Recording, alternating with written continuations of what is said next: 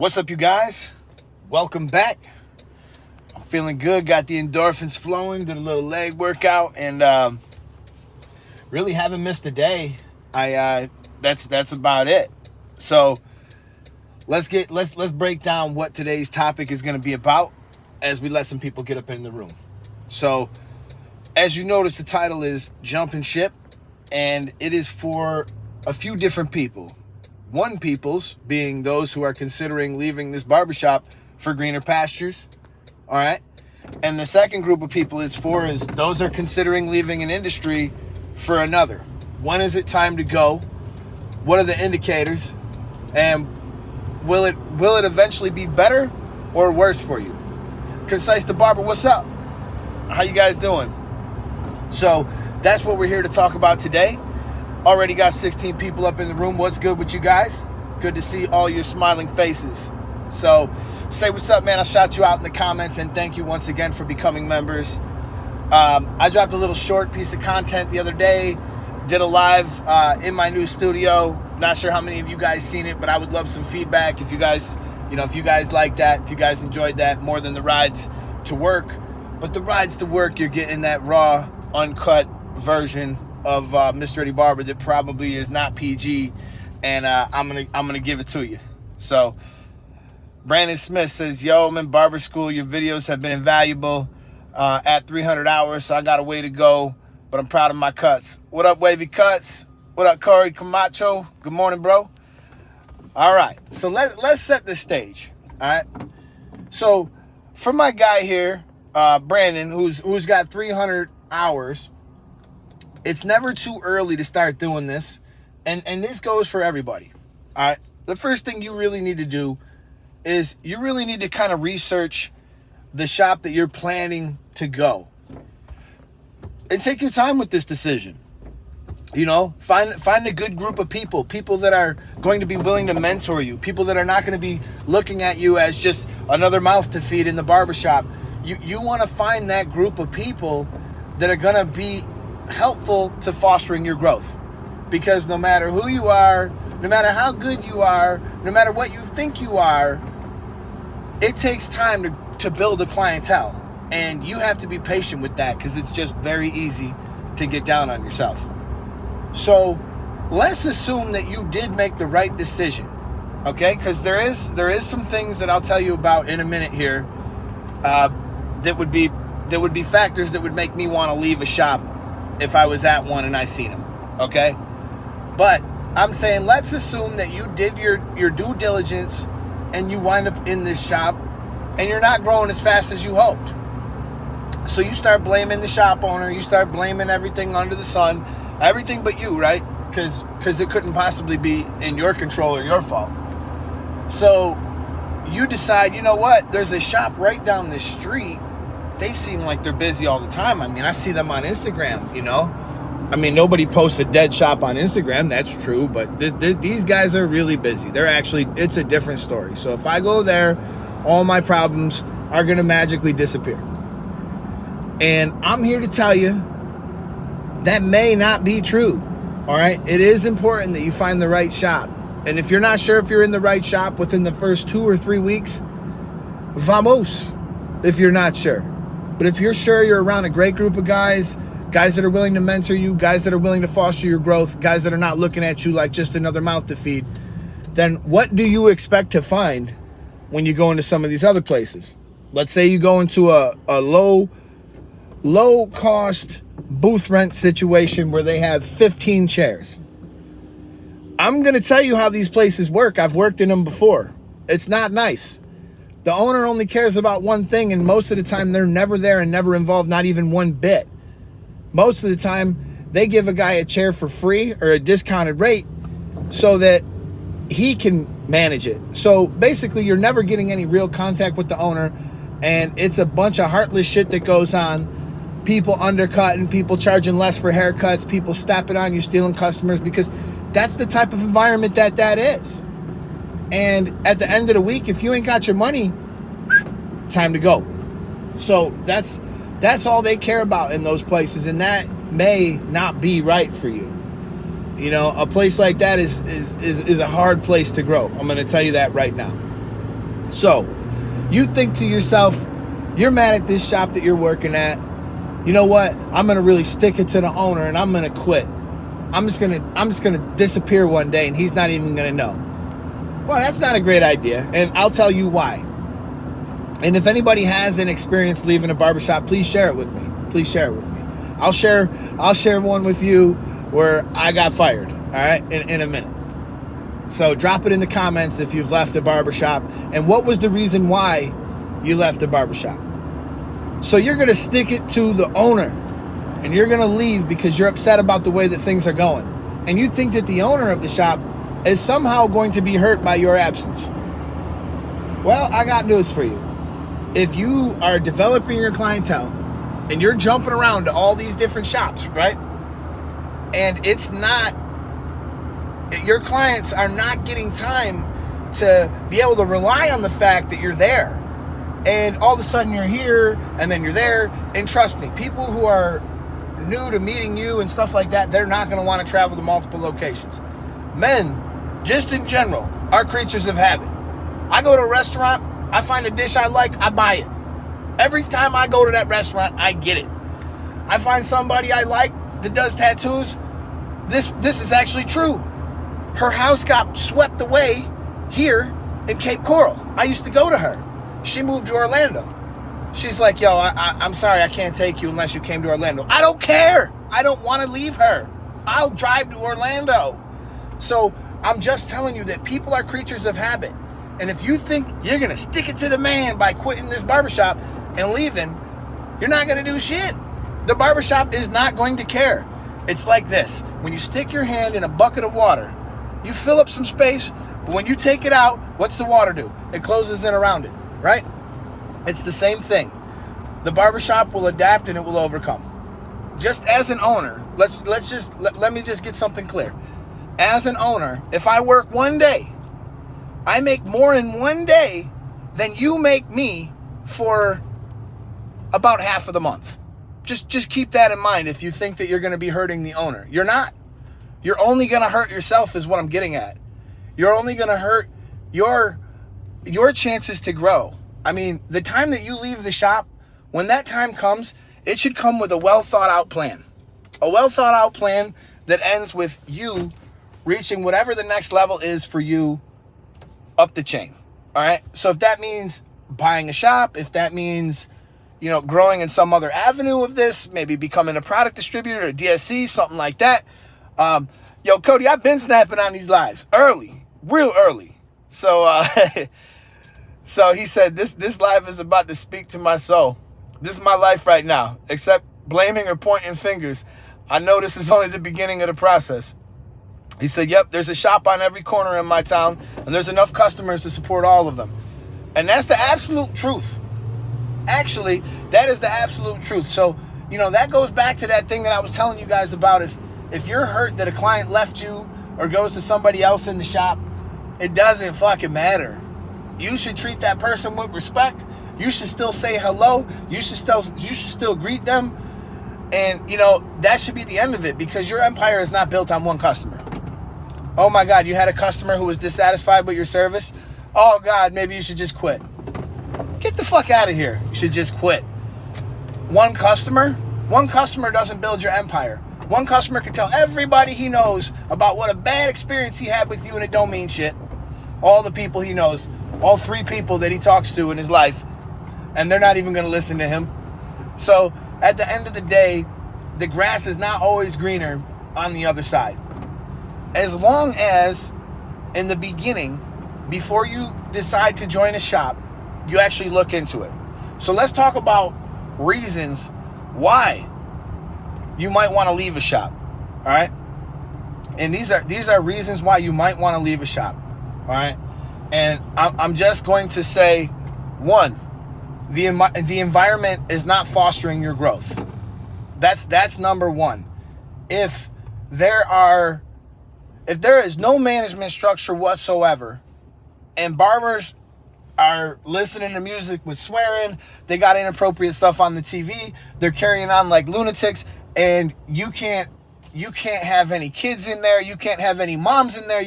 You're finding it difficult to grow. Your clients are coming to you and they're saying, listen, man, I love the way you cut my hair, but this, the guys that are in here, the group of things, the things that I've heard in here, I just can't get with it, man. So for that reason, I'm out. Shark Tank. And for those reasons, I'm no longer coming back to the shop. Now, if that's what's happening and your growth can't be fostered this doesn't mean that there's one single incident or two single incidents that make this happen. I'm talking about when this is happening at a frequency of which you're certain that it's impacting you, that might be an indicator. That's not good business. That's right, Concise. That's not good business. I mean, we don't have to wait to grow as long if we are open to taking all kinds of different people. If your shop is comfortable enough that somebody, anybody could walk in the door, whether they're, a church-going Bible person who lives by the Lord, or whether they're a person who maybe ain't living the right way, but they both can walk in the shop, feel comfortable, get a cut, and walk out. That's good business. You're hitting as many people as you possibly can. Another thing that I would watch out for and I will caution you about is, and this does go on in shops, and I've seen it. If you see people doing illegal activity at the shop, you see people selling drugs at the shop, you see people doing weird stuff at the shop that's not really adding up, any of those things, you got to get out of that environment. And I'm going to tell you why, because a lot of barbers think that, I'm this cool, man, I'm on this hood shit, I'm just going to not snitch on my boy, this is cool, everything's great. Yeah, it's all great till the shop gets shut down, raided, or you become somehow a co-conspirator in all this because you knew about it. This is the type of stuff that can happen to you in that shop. So you might be thinking shit's sweet and you're going to abide by some hood code and this and that and go to jail for somebody else who's making money, not even you. That's absolutely stupid. That's not good business. And that's a great reason to say, you know what? I'm out of here. I'm leaving the shop. It's on to greener pastures, because the last thing that I need to do is get wrapped up in some legal business when I'm not even making enough money yet growing my clientele. Or worse yet, I am making enough money and this is what's happening at my shop. So don't become involved in that, because I'm telling you now, there's a lot more money to be made legally in this business than there is when you try to do this thing illegally. If you do this right, if you show up, you do the things you're supposed to do, you never got to worry about a thing, and the money is yours. All right. So let me tell you about a time that I got fired. All right, I got fired, and I don't even know if I want to tell.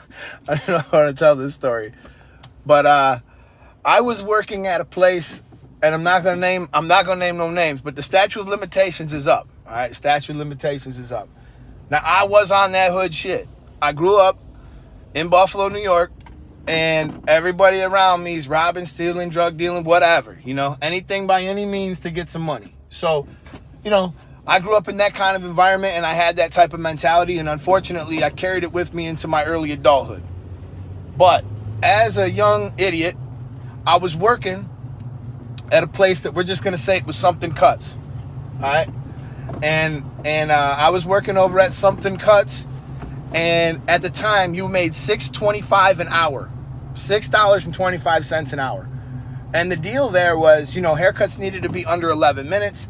And I would look at my papers, like at the end of the day, I was cutting so many hairs that I was making them like 400 a day. Even back then when haircuts were $11.50, I was making them that much money between that, selling products and everything else. And it just sickened me that I was getting nothing. So I started stealing. I developed a system that would make it easy. And I stole a good amount of money from them until the day came that a mystery shopper walked in. And, the funniest part about the whole thing is I actually rung him in. I rung him in like legit. And then the cops came in right after that. And the cop was like, listen, man, I got you. We've had cameras in here. We know you've been stealing this and that. You're going to go to jail, right? So I just sensed something in the cop's demeanor that I could just tell there was something off about the way he said that. And I said, you got cameras in here? He goes, yes, sir. I says, good. It'll prove I didn't steal nothing, even though I did. And, all the air went out of his sails because I knew he was lying and I knew he was lying. And he gets up and he goes, you're free to go. I walk out and they're like, well, you're fired anyways. And they really, really wanted to arrest me, but they couldn't. And actually, they did charge me with petty larceny. A little while after that, I got charged with petty larceny. The charges got dropped. But at the end of the day, the point of the story is I wasn't living right. I wasn't living right, and my mentality wasn't right. And I was never, ever going to succeed with that mentality. I was never going to succeed in that frame of mind. And still to this day, I could never work there again, which all things considered, I think it's worked out pretty good. But I'm just saying that really one of the reasons why I tell this story is because there's probably somebody out here on this live or that's watching it later that probably is doing something illegal, probably. And, at the end of the day, there really isn't any money in it. All the dumb shit I did when I was a kid, I never seen no money. I never seen nothing in any of that amounted to anything compared to what I see now with legitimate business, with conducting myself in an honorable way. And of course, I am sorry for my behavior. I mean, on a million other things too. That was just a small. I will call that a scintilla of the things that I had done before I had straightened my life out. And at the end of the day, I'm grateful. I'm grateful that I had those experiences, but I'm also grateful that I'm not that person anymore. And I think that there's probably somebody who's watching this live who maybe ain't living right.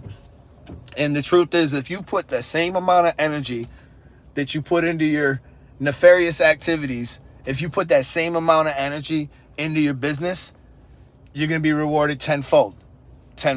Just conducting yourself in a good way, you're going to be rewarded tenfold. Because for like 1% of the criminal underworld, crime pays with huge repercussions when you get caught. And for the 99% of other people, it don't pay. So back to jumping ship. Now you're working at a job. Doesn't matter what it is. It could be a factory, Walmart, this, that, the third. Everybody's got to work. You might be doing whatever it is you want to do, right? And you are developing an itch to do something else. Maybe it's barbering. Maybe it isn't. Doesn't matter. But how do you know if it's time to jump ship? And I'm going to give you a little push out the door. So this is how you know. 1, the job you're at is making you miserable. 2, you wake up every day, you absolutely hate to go there, your stomach turns. 3, the thought of walking in makes your stomach turn, and because of that, your work ethic is in the dumpster, or as my buddy Lou used to say, the basamente, the basement. So if all those things are what's adding up, you will never succeed in that particular job. You're just not going to succeed in that job. You're not going to be a good employee. It's not fair to the owner, and it's not fair to you either.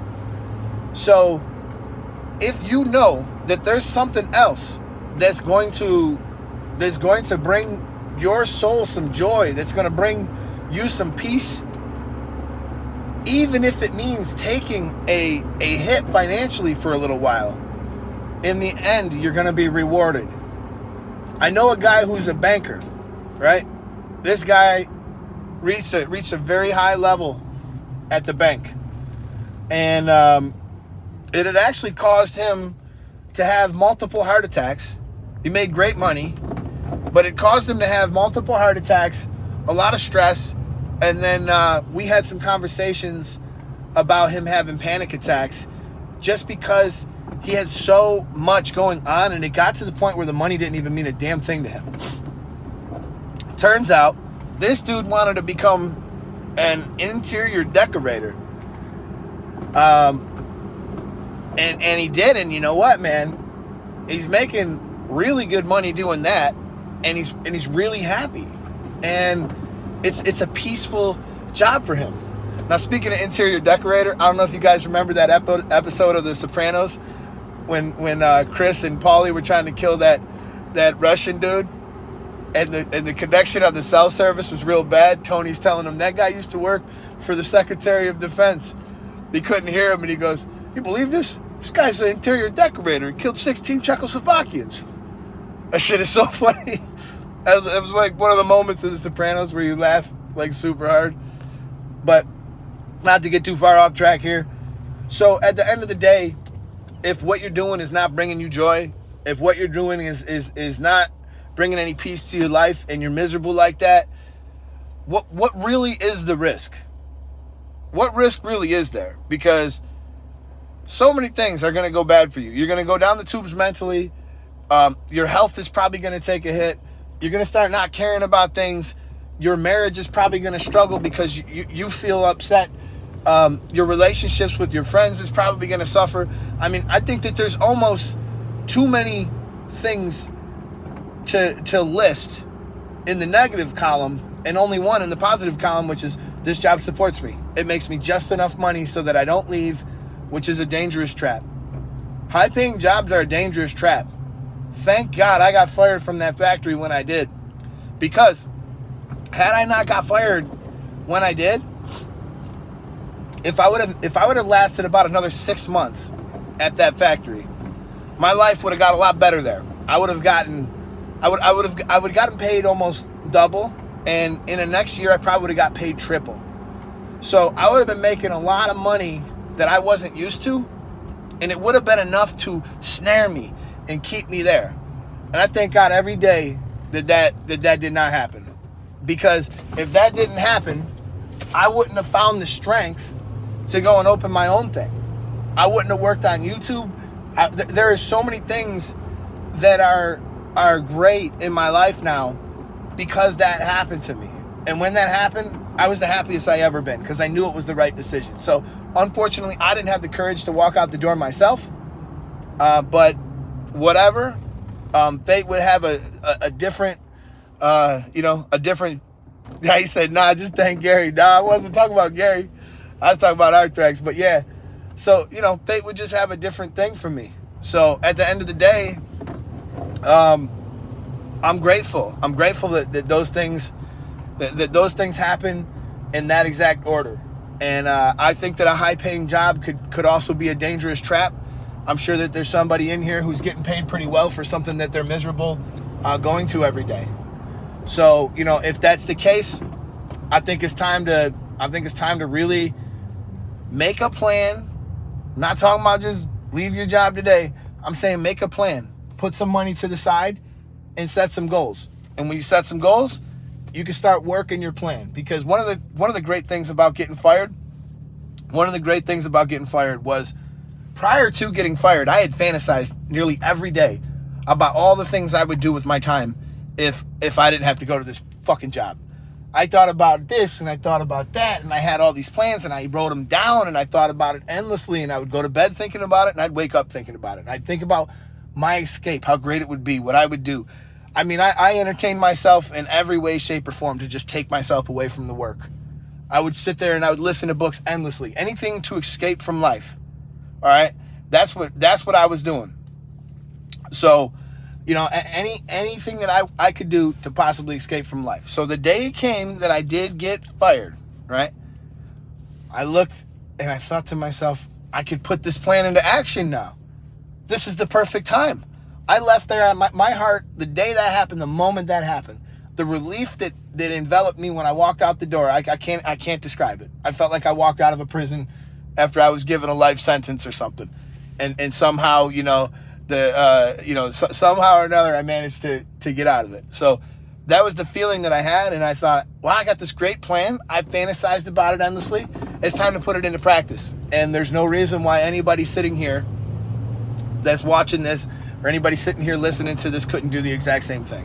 So if that's the case, make a plan, work your plan, and, make it happen. Make it happen, y'all. The grass is not always greener on the other side. And remember, just a quick recap. We talked about jumping ship. Is it time to leave your shop? What are the indicators? We talked about those. And secondly, if you do choose to leave your shop, especially if you're in the growing phase of your career or if you've moved around a little bit, you're only hurting yourself. If you think that you're going to punish the shop in some way by leaving or something like that, you're just not going to. You're just not going to. They're not the ones who are going to get hurt here. It's you. So, you know, be mindful of what you're doing. And as long as you're in a good environment, and pick, for those of you who are in barbershop, pick a good place to go. Pick a place that's got mentors in it, people who are going to actually care and want to see you succeed, and you're going to be fine. You're going to be fine. Don't worry about the money. The money will come. There's going to be other opportunities in your same town that are going to seem more lucrative and seem better, but trust me, everything has its cost and everything adds up. So yeah, you might pay less to work for somebody else, but the shop is a dump. And the people who come in there are not the type of clientele you want, and they're not going to sustain long-term growth. Whereas maybe you take a little bit of a pay cut, you go somewhere where you could really, really learn, and when it's time to go, you go to your own shop. When it's time to go, you move to your next mission. You know what I mean? I hope that you guys got something out of this live. I hope that you enjoyed this ride to work. I enjoyed getting all this off my chest. Thank you guys so much for, oh shit, Rusty's birthday. Happy birthday, man. And for you guys who don't know, Rusty Blades YouTube, he's got a YouTube channel as well. Go show him some love on his channel. Drop him a happy birthday. Give him a comment. And, you know, oh, it's coming. It's coming. 40 years old. He said, happiness is worth more than money. And then Jerry Conley says, do you believe in destiny or fate? I cut hair on the side, and it's the only time I'm at peace. Well, then maybe I'm speaking directly to you, buddy. Maybe I'm speaking directly to you, and I'm speaking from experience. If you can find your way out of that situation, if you want to experience the peace every day, you know, maybe you need to start making a plan, and that goes for everybody else in this live. Christ lives. Started cutting my 5 sons' hair. You got 5 sons? And even my own for a few weeks. The fades are getting blurry. I really enjoy cutting. Should I go to barber school? Hey man, listen, if you like it more than what you're doing, if you think that it's going to feed your soul, and if you see some good opportunities in it, why not? Ask yourself, what do you really have to lose? What if you went to barber school at night and you got your license and you did whatever you had to do in the day, stay at your normal job, and then slowly transition into it? There's no rule against that. I'm a big fan of going all in, but there's no rule against that. You can certainly do that. So, you know, a lot of times we wait for, like, you know, circumstances to kind of make our decisions for us. And, you know, we don't really have to wait. You know, I didn't have to wait to leave that factory. Just like you don't have to wait to leave that high-paying job. I didn't have to wait to go to barber school. I didn't have to wait for, you know, all these good things that had come. I just didn't have the courage to go and take it at the time, you know? So I hope that you guys can learn from my mistakes, and maybe you guys can make it happen. So I appreciate you guys for jumping in this live. I'm about to walk into work here. I'm just pulling into the shop. You know, it's Friday. Grind. Go get that money, y'all. And I do appreciate you. And God bless you with the 5 sons, man. That is just awesome. Maybe you need a new hobby, right? All right, y'all. This is the YouTube Barber Academy. I'm going to catch you guys in the next one. Peace.